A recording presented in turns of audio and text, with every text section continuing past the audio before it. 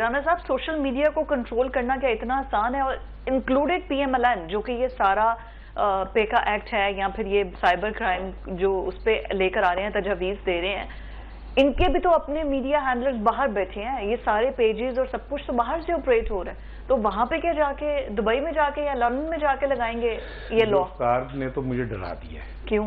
कि आने वाले वक्त में सब चीजें कंट्रोल्ड होंगी और मैं और आप नहीं होंगे, मीडिया कंट्रोल होगा, मेन स्ट्रीम मीडिया कंट्रोल होगा, डेमोक्रेसी कंट्रोल होगी, अदालतें कंट्रोल होंगी, पार्लियामेंट कंट्रोल होगी, पार्लियामेंटेरियन कंट्रोल होंगे। तो 3-4 चीजें तुसी अपने को पाई हैं, आपने कहा सब चीजें कंट्रोल होगी, बस वेट कंट्रोल नहीं होगा। ठीक है ना, वो भी होना चाहिए, वो भी हो जाए। वो उनका नहीं होगा जो कौमी खजाने को ना खरबूजे की तरह खाते हैं, उनका वेट कभी कंट्रोल नहीं हो सकता। उनका वेट कभी कंट्रोल नहीं हो सकता जो कौम के वसाइल को ना ऐसे समझते हैं कि जैसे ये उनके अब्बू का बाग है, तोड़ के खा लें, जो मर्जी कर लें हम, ठीक है ना। और ये जो अब ये जो 10 साल की कैद, और ये को पहली दफा कर रहे हो यार आप। दुनिया में जिस दिन सच का वजूद आया था ना उसी दिन सजा का वजूद आ गया था। और सजा देने वाला ये समझता था कि मैं सजा देके सच को कत्ल कर दूंगा। सच कत्ल नहीं होता। नवा, हवा, सबा, रिदा, जो सच के अलम है ना, उन्हें आप ऐसे नहीं काट सकते। आप 10 साल की कैद डरा रहे हैं, मैनू 10 साल कैद तो ज्यादा डरते वो गरीबा से लग रहे साफिया थे जेडे बेचारे 10 लाख लोग जिन्होंने इकट्ठे कभी देखे भी नहीं होंगे। आप क्या क्या कहना चाह रहे हैं कि आपकी मर्जी का जो होगा वो सच होगा, आपकी मर्जी की जो बात होगी वो खबर होगी, नहीं तो फेक होगी।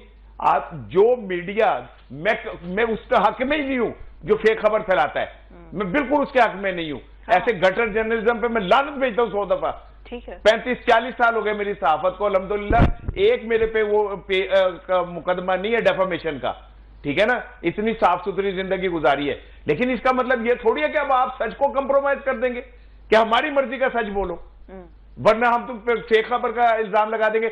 राना साहब, आप जो इतना शिद्दत और शद्दोमत से बोल रहे हैं पेका एक्ट लाने वाले और उसमें तरामीम और सख्त चीजें तो फवाद चौधरी ने की थी पीटीआई के दौर में। मैं ना फवाद चौधरी साहब का कोई तर्जुमान नहीं, वैसे एक सुन ले, पीटीआई ने तो सबसे ज्यादा सख्त की थी। उस कानून की भी ब्यूटी क्या थी कि फवाद चौधरी साहब ने जुल्फिकार राहत साहब समेत कुछ दर्जनों बार जो साफियों की बॉडीज थी ना उनसे मीटिंग की। हाँ। ऐसे नहीं किया कि उसने ऑर्डर लगाया, ऑर्डिनेंस आ गया, तो इनसे मीटिंग की। ये बहस करते रहे, जाके उनसे लड़ते रहे, काफी दफा, ठीक है ना। और सीपीए नहीं, एपीएनएस, अब फेडरल यूनियन ऑफ जर्नलिस्ट और प्रेस क्लब, उन्होंने तो सबको इन्वॉल्व किया जो एक जमहूरी तरीकाकार है। उन्होंने ये तो नहीं किया, ऐलान कर दिया कि जी अब हमने ऐलान कर दिया है, जेड़ा साड़ी मर्जी से खराब बोलेगा वो फेक न्यूज ला के अंदर कर देंगे। फवाद चौधरी ने तो नहीं किया ये। तो तारड़ साहब के पास अथॉरिटी है, उनके पास पावर है, देखिए उनके पास 10 साल की भी अथॉरिटी है, छठा मारने की भी अथॉरिटी है, ठीक है ना। वो जो चाहे कर सकते हैं भाई, बादशाह है इस वक्त। लेकिन जो जुल्फिकार राहत का एक जुमला है ना, वो मैं उसे बाई करता हूं, ये वक्त कभी नहीं रुकता। ये ऐसे मैंने अपनी लाइफ में अब तकरीबन 3.5 मार्शाल्लाह देखे, मैंने बड़ी वो देखी हुई है। तो ये सारी चीजें आधा कौन सा जमहूरी है, अद्धा के मैं वो तो छोटा था ना जदों या खांदा हाँ। नहीं, मैं एक बात कर रहा हूं, ये लोग इस्टेब्लिशमेंट के ऊपर डाल के अपने मुंह छुपाने की कोशिश करते हैं, ठीक है ना। ये तासुर ये देते हैं और ये खुद अपनी जो करतूतें उन्हें छुपाने की कोशिश कर रहे होते हैं इस तरह के चीजें कर करके। अच्छा, नाम किसी पे नून लीग का बंदा अगर कोई फेक न्यूज दे दे या कोई गलत बात शेयर कर दे, कोई गलत तस्वीर रीट्वीट कर दे, उसको भी ये सजा होगी? नहीं, अब सुन लेना, वजीर आजम ने ट्वीट किया 50 रुपए कम हो रहा है पेट्रोल, सारी कौम खुश हो गई है। रात को वजीर खजाना ने कहा नहीं 50 रुपए नहीं 14 रुपए हो रहा है, कि पता 15 रुपए।